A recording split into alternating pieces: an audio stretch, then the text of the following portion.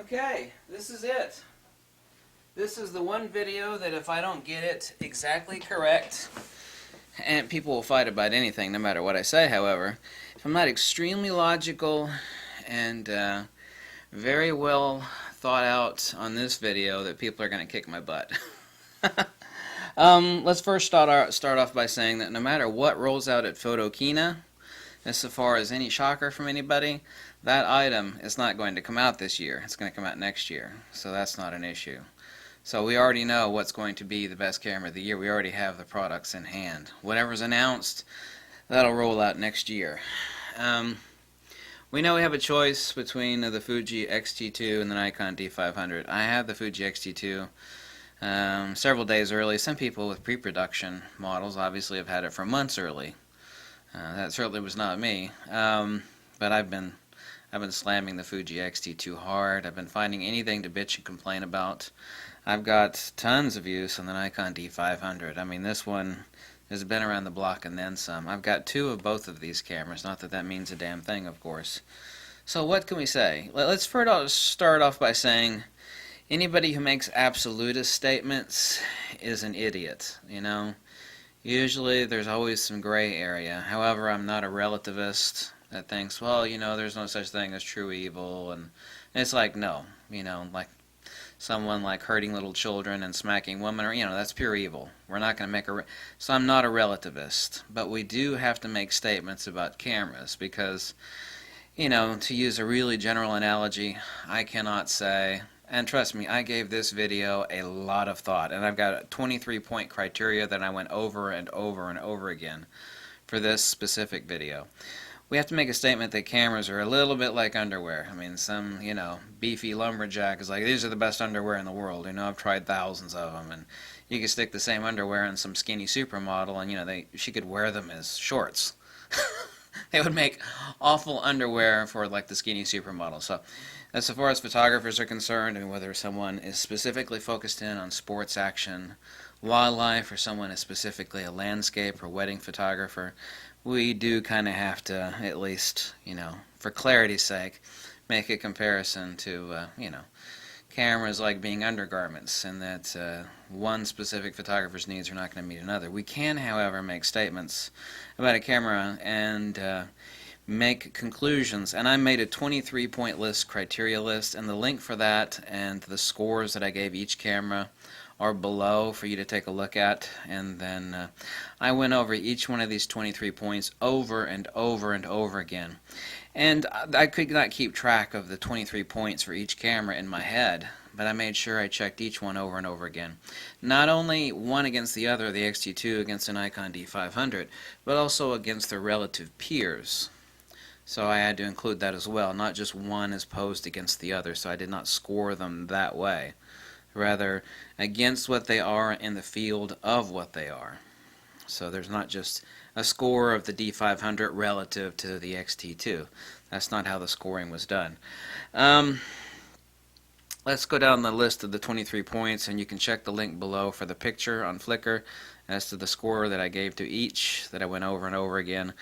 Hardcore sports action score, a score for general sports action, for wildlife, for travel photography, for landscape photography, for portraiture, for news/photojournalistic work, best dynamic latitude, dynamic range latitude, best street/stealth. Obviously, neither one of these is like a Fuji X100T or like a Leica type rangefinder. But we can score them accordingly, both relative to each other and relative in general to the spectrum of DSLRs and mirrorless cameras. Value for money. Best raw compatibility and ease of editing workflow. Okay, you could probably guess which scored higher there. Best ecosystem. Like I said, the scores for all of these points are in the picture linked below. Best ecosystem for parts, accessories, and cheap lenses. Ergonomics and menu layout. The ease of which the menu is laid out. The training required to learn how the system works. If you are completely foreign to both of these systems, if you understood photography fundamentals. Wedding versatility and power pack / speedlight options. Best improvements relative to current offerings and prior iterations, like the Nikon D500. We can't compare it to the D300 because that's just way too far removed. We have to compare it to its contemporaries like the D750 and the D810. And the X-T2 is compared against the X-T1. Quality of general construction. Predicted longevity of ownership satisfaction. Since I know how cameras are made, and I'm interested in the guts of how cameras are constructed and their general build quality, I'm uniquely qualified to certainly give a score on that of predicted longevity and ownership. Video 4K output, of which he's both have 4K output. General image quality overall. Keeper rate and autofocus tracking. All things being equal, what is the average keeper rate percentage-wise? Battery life. Future firmware improvements and perfection. So these are 23 points. And I knew it would be an incredibly tough call. But there's not going to be a right conclusion on either one of these. And I can name certain ones of these.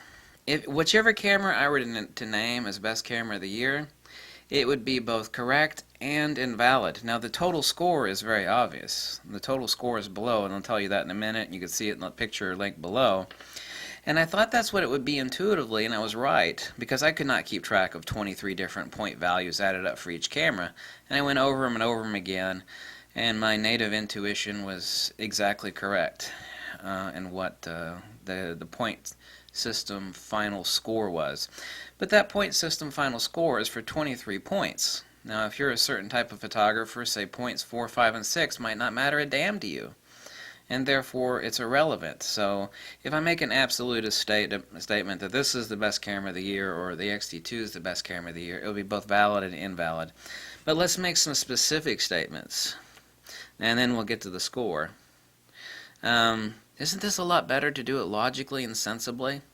I really have no preference over either one of these. A lot of people say, oh my god, you've done so many videos lately on the Fuji X-T2, are you jumping platforms or something? No, my Nikon stuff's not going anywhere. I'm a hardcore Nikon user. I've not sold off any Nikon gear. I did sell off a couple old cameras to buy a second Fuji X-T2, but to buy that second Fuji X-T2 I sold off an old Nikon camera and an old Fuji camera, so it's net zero. The best general purpose professional camera of the year, hold on, there's a lot of criteria here, okay, before you jump to conclusions, is the Fuji X-T2. X-T2 is also the winner between the two for portraiture and landscape general purpose. The straight out of camera is undeniable. Even people that don't even like Fuji, even hardcore Sony shooters, like, yeah, the out of camera RAWs and JPEGs are just incredible out of the Fuji. Winner of the best value for the money camera of the year. That's the Fuji X-T2. Now on to the D500. D500 best DSLR camera platform of the year with an existing ecosystem, and that has to be explained, of course. Obviously you have tons and tons and decades of cheap lenses available for the Nikon D500 that you do not for the Fuji. Obviously the score for hardcore sports action on the Nikon D500, I placed it at 10 relative to a 6 on the Fuji X-T2. I mean, Fuji doesn't have stuff like this to step to. Do you see this? The vibration control being nearly 5 stops on this it's absolutely incredible. Fuji can't step to stuff like this. I mean, they don't. Well, Fuji's got the 100 to 400. Yeah, they do, and I've used that lens more than a few times, and it still doesn't step to this. It just does not. It doesn't, I'm sorry. Best hardcore professional camera of the year between the two, definitely the Nikon D500. Now, even though I don't have a whole lot of respect for DP, or I've called Diaper and P, they've rated the Nikon D500 their highest rated camera out of all their cameras. Not just mirrorless, DSLR and mirrorless. They gave it a rating of 91. I would have given it a rating of like 93 or 94. But, you know, I have to agree with them on that one. I mean, it rightfully deserves to be rated the #1 highest rated camera that they have.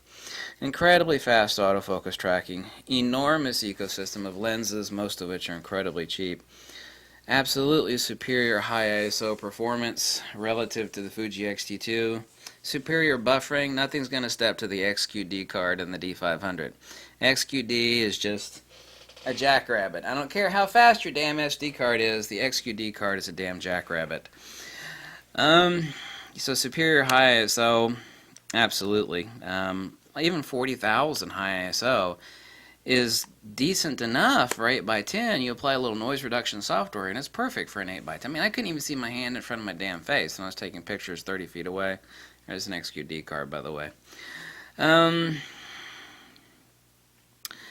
so that, and also the two analogies between the two. The Fuji X-T2, let me get to the final score between the two cameras over the 23-point system. The best X-T2 analogy that kind of sums it up, and each one has their own analogy. The best X-T2 analogy that I could think of is that the X-T2's kind of like the camera that you consider not to be the girlfriend. What's a girlfriend camera? I like using analogies because sometimes that clarifies things for people. A girlfriend camera is like, well, that's the latest and greatest toy, but as soon as something a little prettier comes along, I'm going to dump you. The X-T2 is really the kind of camera system that you don't want to date, you actually want to marry. It's like, you know, no camera's going to last as long as a decent marriage does, of course. Don't take the analogy too far, but the D500 literally is the camera system. The X-T2, excuse me, the X-T2 is literally the camera system that you feel like it's that's not what you want to date or mess around with and then ditch next year for the latest and greatest. It's like the camera system that you'd be happy to marry and live with. So it's like when the next little piece of glitzy whatever comes out, it's like, no man, the X-T2 does that more than enough of everything that I want. So it's literally like the system that you want to marry, and that's the best analogy that I came up with for the X-T2. Best D500 analogy.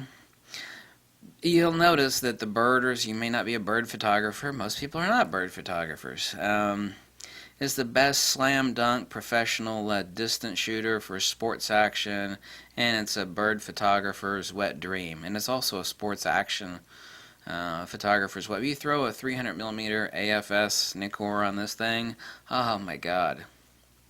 Or if you're a bird photographer with this thing and like the D200 to 500, oh my, no, it's not the Fuji X-T2, it's the D500. The final score tally, let me get to that here in just a couple minutes.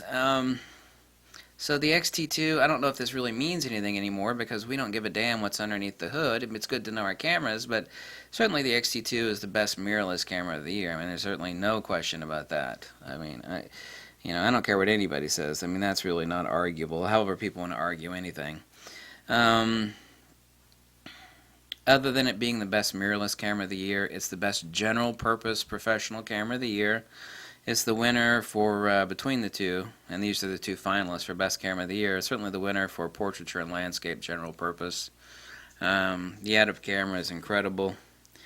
It certainly is a better choice. Also, you do have better dynamic range. I've actually done testing with Sekonic software, and the Color Checker Passport professionally calibrated test charts, and I already knew about the D500, that it has a quicker sensitivity to clipping specular highlights by about a stop to almost 3/4 of a stop over that of the X-T2. The X-T2 is expanded by a little over half a stop in dynamic range and highlight performance over that of the X-T1, which was just discontinued today, by the way. So it's the winner there. But the D500 is the best camera of the year for camera platform of the year. And it's certainly camera of the year for best hardcore professional sports action and wildlife.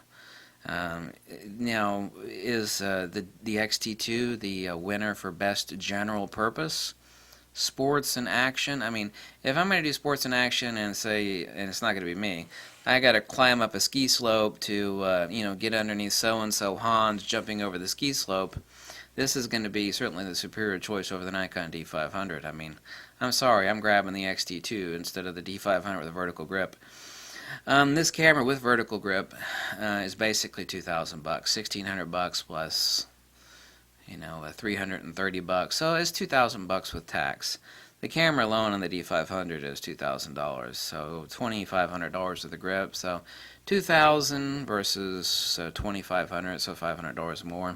This is made in Japan with an all-magnesium chassis. This is made in Malaysia with carbon fiber. You're not going to use either one to hammer nails. So what's the final score between the two? I said the picture is below, and you can see each individual core and then each individual score for the 23 points that I went over. The final score for the Nikon D500 is 176 points. The final score of the 23 points for the Fuji X-T2 is 186 points. So 176 and 186. This is also why I knew, and my intuition was exactly right. I knew going on this would be a really close call. They both basically are camera of the year. If you're a hardcore sports action or bird shooter, this is absolutely your camera of the year. If you're a travel photographer, or you want the best JPEGs or the best straight out of cameras. I'm not a JPEG shooter, but I don't represent all photographers, so I have to be logical and sensible about what I say regarding this. The X-T2 is definitely your best camera of the year. Best improvement relative to current offerings, the X-T2 is not the next step up from the X-T1. It literally went boom, boom, boom. I mean, it skipped many steps. People thought, oh, the X-T2 is just like a slightly improved X-T1. Oh, hell no, it's not. No, it's many leaps and bounds above the X-T1. There's just flat out no arguing that. Just period. If you can argue with me on that one, you can just shut up already, because there is no arguing that one. Yeah, best general image quality overall, X-T2 is the winner. Best firmware improvement predictions, perfections for the future, certainly will be Fuji. There's no question about that. Best, ecosystem for parts and cheap lenses. You already knew what the score on that was. It's a 10 on the Nikon and a 5 on the Fuji. Those things should not come as shockers. So far as which is the best camera of the year, the question is, what sort of photographer are you? That is the question. It's like, well, if you're this sort of shooter, that is the camera of the year for you. If you're this sort of shooter, this is definitely the camera of the year for you. Both are winners in their own respective rights. If you take the totality of the 23 points, can we say that given all 23 points and measuring each camera not only against the other, but against its peers? I just didn't measure like this is the score of the D500 versus the X-T2. I didn't do that. I judged each camera where it is relative to its peers, not only of its own manufacturer, but other manufacturers. Then the score is pretty much exactly what I predicted. 176 points for the D500 and 186 points, 10 more points for the Fuji X-T2. Does that mean the Fuji X-T2 won in overall? Well, if you look at it from that way, then the answer is yes. But does that mean that the Fuji is a better camera for hardcore sports and action using, enormous glass like this? No, it's a Nikon D500. D500 kicks its ass in high ISO, kicks its ass in the X-T2's ass in buffer. It's got an XQD card. I don't care how fast your SD card is. It's an XQD card. Way faster. So that is the answer to that one. I made sure I crushed my brain and squeezed it twice before making this video. That it would be logical, well thought out over and over again before making this video. And thank you for watching, and that is my well-reasoned and logical conclusion on the Nikon D500 and the Fuji X-T2. Both are winners, both are camera of the year, but each one is winner in its own respective rights. Is the overall point system higher on the X-T2, on the 23-point system? The answer is yes. If you want to judge it based on that, then yes, the X-T2 is the winner. But I hope you understand. I made things very clear, succinct, and logical, and thanks for watching. Okay? Bye. Oh! I didn't get enough sleep last night.